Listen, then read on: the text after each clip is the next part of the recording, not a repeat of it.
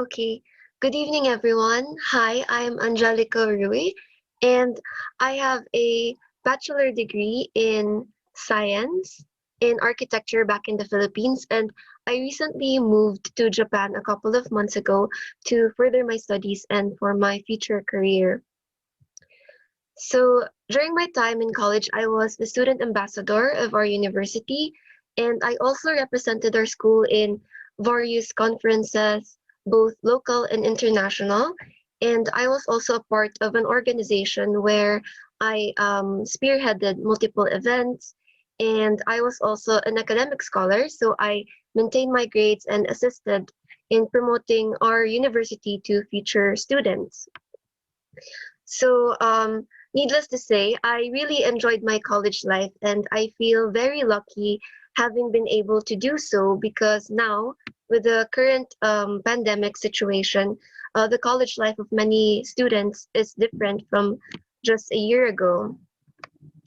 So, the pandemic revealed the problems in our education and work, and it heightened the gaps in the inequality of our systems. And difficult as it is, we have to see this pandemic as something to be tackled in the long term. So, because it is evident that we cannot return to the world as it was before. The world is changing and it will only continue to change whether we are prepared or not.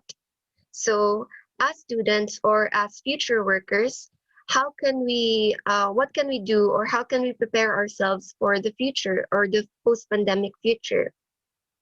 So today I'm going to talk about three main points. Um, these 3 points are simple and easy to remember. So I break it down into three: adapt, learn, and reflect. So first is to adapt. So when the pandemic started, we were forced to isolate ourselves in our houses.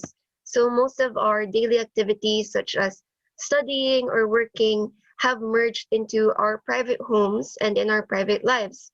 So looking at it from a different perspective, we have realized that what we can do outside, like in the schools and in the offices, we can also do in our own homes. So working is no longer a place that we go to. Instead, it's something that we do. And the same goes for learning. So we are not anymore bound by location or distance. People can now work wherever they are in the world. And the development of technology made it possible for us to connect and collaborate with one another, just like what we are having right now. So after adapting to the current situation, next is learning. So by adapting, we are also going through the process of learning. Currently, we are in the middle of the fourth industrial revolution, and the changes brought about by technology has made learning and everything else more inclusive and globalized. Technology paved the way to break the existing barriers that we have from the different culture and nationality, and everything is becoming more globalized. So technology is moving really fast. So we must learn to adapt and to learn to keep pace so that we will not get left behind. So what can we do to prepare to learn during this time? First is to invest in our education. Um, if some of us are struggling to find work at this current time, consider this time that we have to further develop our skills and knowledge so that we are prepared for the job market when the economy bounces back. Other than studying, we can also partake and be more open to short-term work or part-time work. While it isn't ideal for everyone to take a job that is outside of their field, it is still a great way to gain experience and to open up new opportunities. Um, and uh, by partaking yourself into a different kind of job, you may even discover new things or new interests that you wouldn't have known otherwise. And lastly, for the next point is to reflect. So perform a professional audit. This just means for you to ask yourself. So ask yourself, what am I good at? What tasks do I enjoy doing? What skills am I interested in building? And what is my dream job? So asking yourself these questions is important because you get to learn more about yourself and you get to um, really know what else you can do during this time. And another is to become multidisciplinary, just like what the other speaker has said a while ago. It is important for us to um, be more diverse, to know different things, not just what we have learned in school, but to adapt um, new disciplines as well. So because technology is moving really fast, new jobs will be created.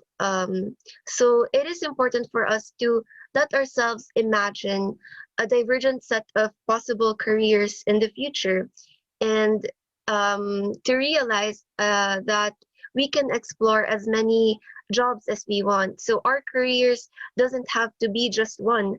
There are a number of possibilities out there for us. So another thing that is important nowadays, and is I think most kids in our generation is realizing, is that we can become our own boss. So we can create our own jobs and we can cultivate our own skills and make it as our own work for living. We can work for ourselves and turn our interests and hobbies into potential businesses. Like, for example, in the Philippines, many of my friends, my architecture friends, some of them are interested in cooking or making art and crafts. And that's what they do. They make their craft, they cook, and they sell it online. And that has become their alternative business um, right now because we are limited to what we can do because of the pandemic. So this shift in the perspective can help us realize our potential and open up a number of possibilities for us. So um, among these three things, I start to realize that the current situation that we have is, although it is a very tough one, it is also a very exciting time. And I'm saying it's exciting because it is up for our generation to solve these problems. And we have the opportunity to transform the world that we live now. And we can become pioneers in our field and create as many new and wild ideas because we have the resources to do so. We can connect and collaborate with one another and create something big. And as individuals, we have the potential to become something big as well. So that's it. Thank you.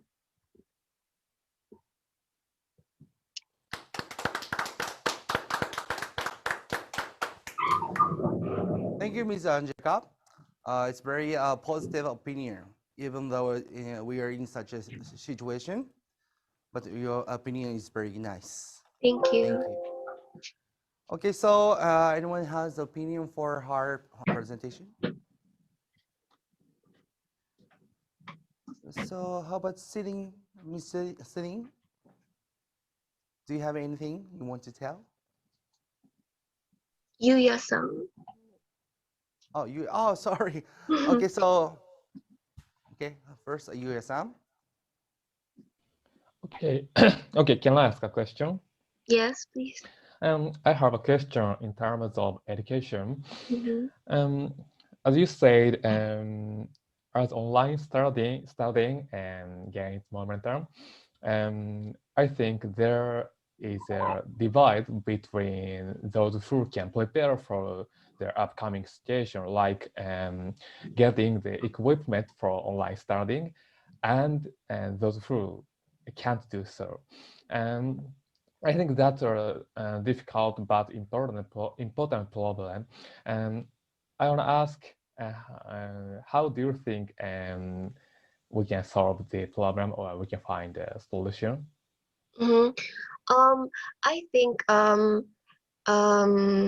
more than us saying the possibilities for more than us saying these kinds of solutions to the children directly, I think it is up for us to relate these ideas that we have to those who are capable of helping these children. So we can approach schools, institutions, or even the government to support these new ideas so that we can support the future of the education of the children, so that those who are not capable of studying online or doesn't have the resources to do so, they can be helped by these institutions that we approached. So by connecting the individuals to the government or the institution, we can make education more possible for everyone. Okay. You said the interaction between governments or institutions Mhm. and individuals and poor people or those who can't prepare is Yes. important. Mm-hmm. Okay, thank you. Thank you. Thank you.